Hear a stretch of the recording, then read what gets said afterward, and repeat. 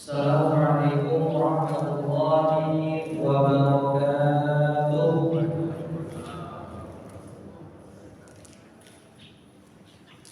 Alhamdulillah, nahmaduhu wa nasta'inuhu wa nastaghfiruh wa na'udzu bihi wa natawakkalu 'alaihi.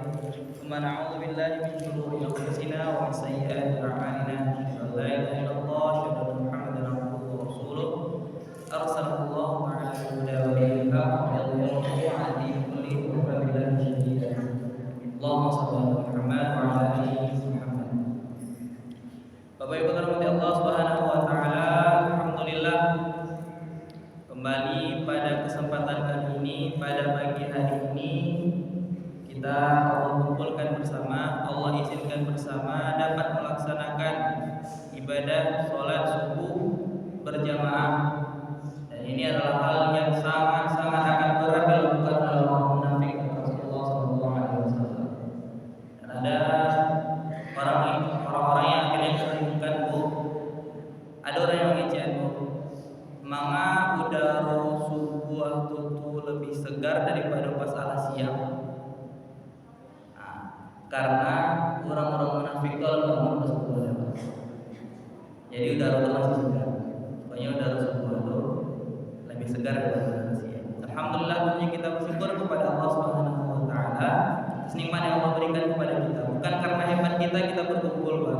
Bukan karena hebat kita dapat beribadah kepada Allah Subhanahu wa taala, tapi karena memang Allah yang menginginkan kita untuk berada dalam ketaatan kepadanya. Maka ini adalah nikmat yang harus benar-benar kita syukuri pada Allah Subhanahu wa taala. Seterusnya salawat dan salam terlupa juga tentunya kita hadiahkan kepada Rasulina Muhammad sallallahu alaihi wasallam. Allahumma shalli ala Muhammad wa ala ali Muhammad. Baik, putra-putri Allah Subhanahu wa taala, insyaallah kembali pada subuh Senin ini kita akan kembali membahas tentang dosa-dosa yang dianggap biasa. Maka pembahasan kita pada hari ini insyaallah adalah tentang sebenarnya bagaimana memelihara sholat awal, memelihara kualitas. Di 2 minggu sebelumnya sebenarnya membahas masalah khusyuk, belajar khusyuk. Nah, sekarang kita kembali membahas sebenarnya memperdalam cara supaya kualitas sholat awal itu terjaga. Dan di sini dijelaskan ada 2 pembahasan yang dituliskan oleh Syekh Shalih Al-Munajjid tentang dosa yang kemudian dianggap biasa atau di antaranya banyak melakukan gerakan sia-sia dalam sholat dan kemudian mendahului imam secara sengaja dalam sholat. Namun sebelum masuk pembahasan ada sedikit hal yang ingin kami sampaikan, tentang agar nantinya kita memaknai setiap hukum Allah, setiap syariat Allah, setiap ketetapan Allah, baik itu untuk perkara halal haram, untuk perkara yang diperintahkan atau perkara yang dilarang. Awak beko mencari seluruh perintah dan syariat Allah itu dengan kacamata keimanan. Awak mencari perintah dan larangan Allah itu dengan pandangan orang beriman memandang syariat Allah, perintah Allah. Di setiap ada orang yang beriman pasti ada orang munafik, ada orang yang muslim, ada yang tidak muslim. Selalu ada perbedaan. Dan awalnya contoh sederhana bagaimana cara perbedaan orang yang beriman memandang perintah Allah dengan orang yang tidak beriman. Awalnya contoh di surah Al-Ma'un, di mana Allah Subhanahu wa taala mengatakan fawailul lil musallin, celakalah bagi orang-orang yang sholat kepada Allah Subhanahu wa taala. Kalau orang-orang yang beriman memandang ayat Allah, apa yang dilakukan? Apa yang orang beriman, Pak, walaupun mungkin harus sholat, tapi pas membaca ayat Allah fawailul lil musallin, celakalah orang-orang yang sholat. Apa dalam pikiran orang-orang yang beriman memandang perintah Allah, memandang ayat Allah, orang yang tak sholat, orang yang alah sholat saya, fawailul lil musallin, orang yang alah sholat saya bisa jadi dia celaka. Apa oleh orang-orang yang tidak sholat? Walaupun orang beriman, Pak, tapi kalau walaupun orang sholat gitu, tapi beriman, tapi ketika membaca perintah Allah itu bisa menangkap deh. Bahwa orang yang sembahyang saya tentunya salah macam saya ini celaka. Tapi kalau orang-orang yang tidak beriman, Pak, mencari ayat Allah adalah matinya fawailul lil musallin, celakalah orang yang sholat. Ondilah syukur untuk sembahyang. Ada sembahyang misalnya celaka, bila cara ada sembahyang oleh itu orang-orang yang tidak beriman Pak, yang tidak memandang perintah dan larangan Allah itu dengan keimanan, yang akan justru akan mengeluh atas perintah dan larangan Allah. Bapak stek dosa, bapak ibu dosa, lalu akan ajaran tujuh kemungkinan masalah.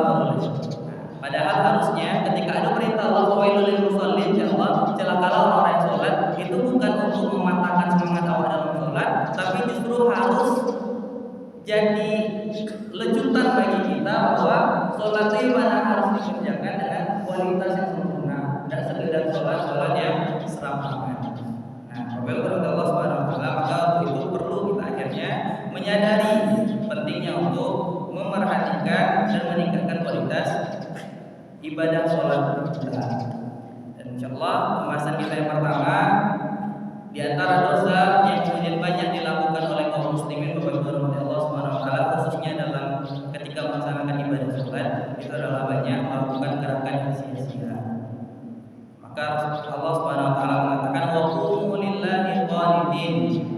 Dirikanlah sholat itu dengan khusyuk, dirikanlah sholat itu dengan penuh ketaatan. Orang yang sholat itu kata Allah bahas Pak, orang yang sholat itu kalau di surah Al-Baqarah itu harusnya orang itu menyadari bahwa ibadah sholat yang mereka lakukan itu adalah seolah-olah mereka sedang bertemu dengan Allah Subhanahu wa taala. Orang itu yakin ibadah sholat itu adalah perantara untuk bercakap dengan Allah. Kalau Allah bisa menghargai, kalau bahas tentang Allah, kalau Allah bisa menghargai bupati itu, nah mungkin Allah mengabaikan bupati masuk seorang pengecek. Bagaimana mungkin Allah bisa mengabaikan Tuhan dalam sholat Allah? Allah bercakap dengan Tuhan, bupati saya bisa menghargai, oh Tuhan, ya Allah, tingkatan Tuhan daripada bupati dan gubernur mungkin yang kita hargai di dunia. Nah, soal sholat, kalau bercakap dengan Allah Subhanahu wa taala, maka inilah hal yang harus kita lakukan.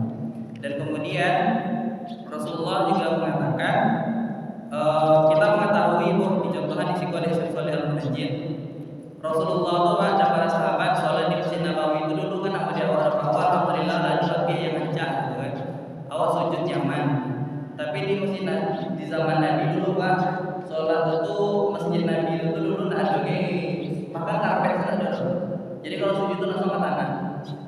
Jadi kan memang kadang tekstur tanah itu ada yang terlalu banyak kerikilnya, ada banyak batu-batu. Dan Rasulullah bahkan untuk sekedar mengerahasiakan pas salat takbir Pak, mulai sholat untuk sekedar mengerahasiakan kerikil-kerikil itu Rasulullah melarang. Apa cara Rasulullah?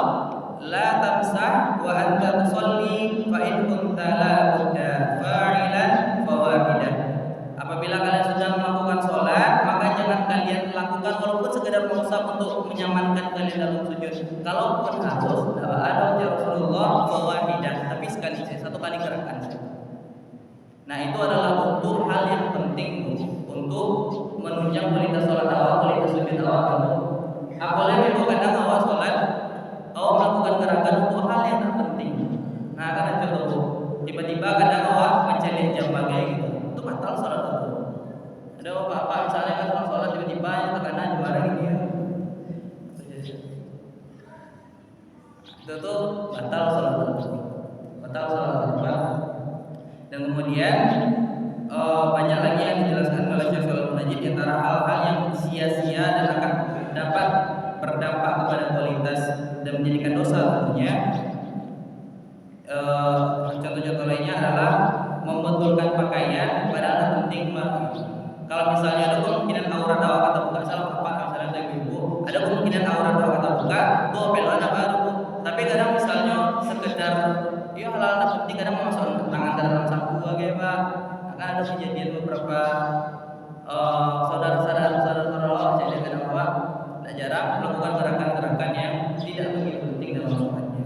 Dan kemudian selanjutnya yang menjadi pembahasan kita pada pagi subuh ini adalah larangan dalam sholat kita itu oleh Allah Subhanahu wa taala adalah mendahului imam dengan sengaja dalam sholat. Nah, itu adalah hal yang terlihat sepele, Pak. Bahwa dia sekedar mendahului imam saya diatur loh gitu. Sekedar tadulu sedikit dari imam salah loh, Pak, banyak salahnya.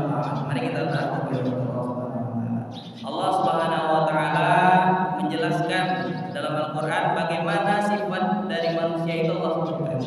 Maka Allah dalam surah Al-Isra, wa kana al-insan ajula.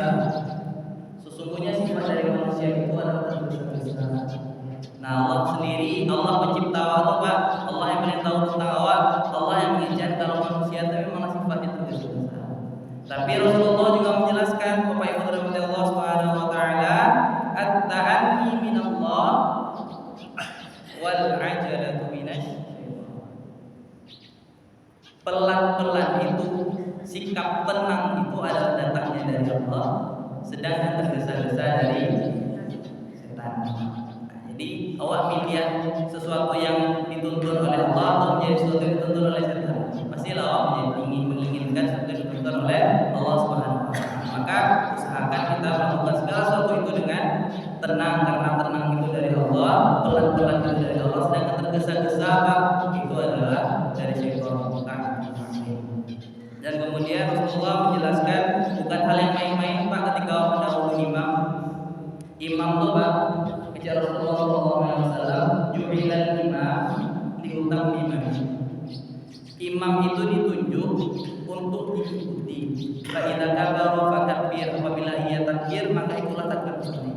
Kalau awak menunjuk siapa menjadi imam Pak, kalau nyala takbir maka awak sepakat sedonohnya itu adalah imam awak, itu adalah pimpinan awak minimal dalam sholat awak. Dan tak boleh sedikit pun awak mendahului imam. Dan kemudian agama Islam ini adalah agama hikmah kepada Allah Subhanahu wa taala. Sebenarnya apa hikmah yang bisa awak ambil di situ? Apa hikmah dalam larangan untuk mendahului imam?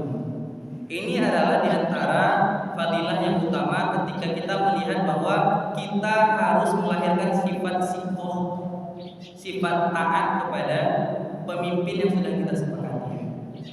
Nah, kalau imam tadi itu awalnya sepakat imam masjid misalnya. Kalau awalnya sepakat itu maka apapun yang dilakukan gerakan, kalau takbir imam lanjut ruku, ayat imam ruku, imam ruku. Dan jangan sampai di antara waktu mendahului imam. Nah, mendahului imam itu yang diancam oleh Rasulullah SAW. Sampai Rasulullah itu Pak tegas dalam hadis yang mengatakan, am yakhshal ladzi yarfa'u ra'sahu qabla al-imam. Apakah tidak takut orang-orang yang mengangkat kepalanya itu mendahului imam? Tidak takut orang-orang yang mendahului imam itu. Mengapa? Ayyuhawwillahu ra'sahu ra'sa imam. Karena orang yang mendahului imam itu ketika gerakan imam itu alun-alun alainya duluan, maka kepalanya ditukar dengan kepala bubuk. Kepala keledai. Ancamannya nak main-main.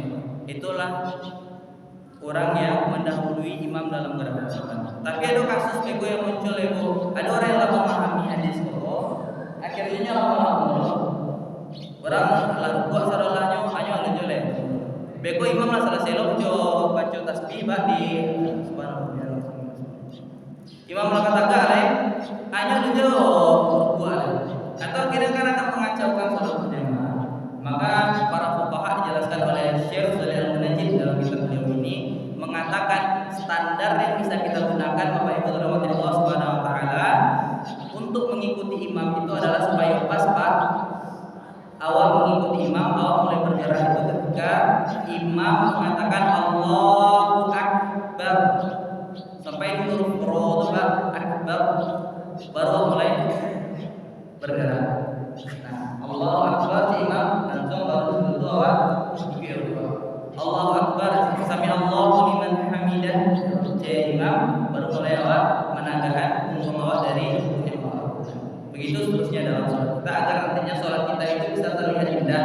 Karena Rasulullah Huzaifah bin Allah Subhanahu wa taala diriwayatkan oleh Imam Bukhari, di antara sahabat Rasulullah tempat menjalehan para rasul dan para sahabat sholat, dijelaskan bahwa sungguh para sahabat sholat di belakang Rasulullah, maka jika beliau mengangkat kepalanya dari ruku, para sahabat juga akan mengangkat kepala mereka. Saya tidak melihat seorang pun yang menumbuhkan punggungnya hingga Rasulullah meletakkan kelingnya. Jadi misal bayangkan Bu, misalnya Rasulullah itu siap dari iktidal, niungkan sujud lain, kan bisa jadi kalau misalnya salah satu yang bagian atas dijalanin Hudzaifah, alun sampai tak cacakan yang Rasulullah itu ke lantai lain, alun ada seketik pun sahabat-sahabatnya yang akan menggerakkan badannya. Kalau sampai Rasulullah terpasti tercacakan yang itu ke lantai ke sampai sujud, baru sahabat-sahabat lain itu menggerakkan badan. Sampai Rasulullah kalau misalnya tercacah juga yang Rasulullah lain seketik pun bahkan sekedar menuju saya bu, menuju tahu tak bu? Sekedar menuju saja sahabat itu ada loh. Saking kompaknya dan tertibnya sholat para sahabat dan saking memperhatikannya bahwa tidak sembarangan ketika kita mendahului imam ini. Ini mudah-mudahan nantinya yang juga akan melahirkan kesolidan dalam tubuh umat ini Bapak Allah Subhanahu wa taala. Karena salat ini adalah sebagaimana jihad juga. Allah Subhanahu wa taala menggambarkan kalau bisa Pak awaqaka annakum bunyanun marsus, seperti bangunan-bangunan yang berdiri kokoh. Banyak orang yang masuk Islam itu Pak gara-gara hanya mencari bahas salat orang Islam. Bahwa orang Islam itu begitu kompak dan begitu indah. Kalau nilai kesehatan sholat awak mungkin lah tahu nilai misalnya ibadah itu pasti diperintah Allah kan, tapi nilai estetika, nilai keindahan dalam sholat itu sebenarnya kalau perhatikan dulu, apalagi kalau lakukan dengan berjamaah dan serempak. Maka mudah-mudahan apa yang kami sampaikan pada kesempatan kali ini menjadi pelajaran bagi kita semua, terutama bagi diri kami yang menyampaikan. Menyapa kepada Allah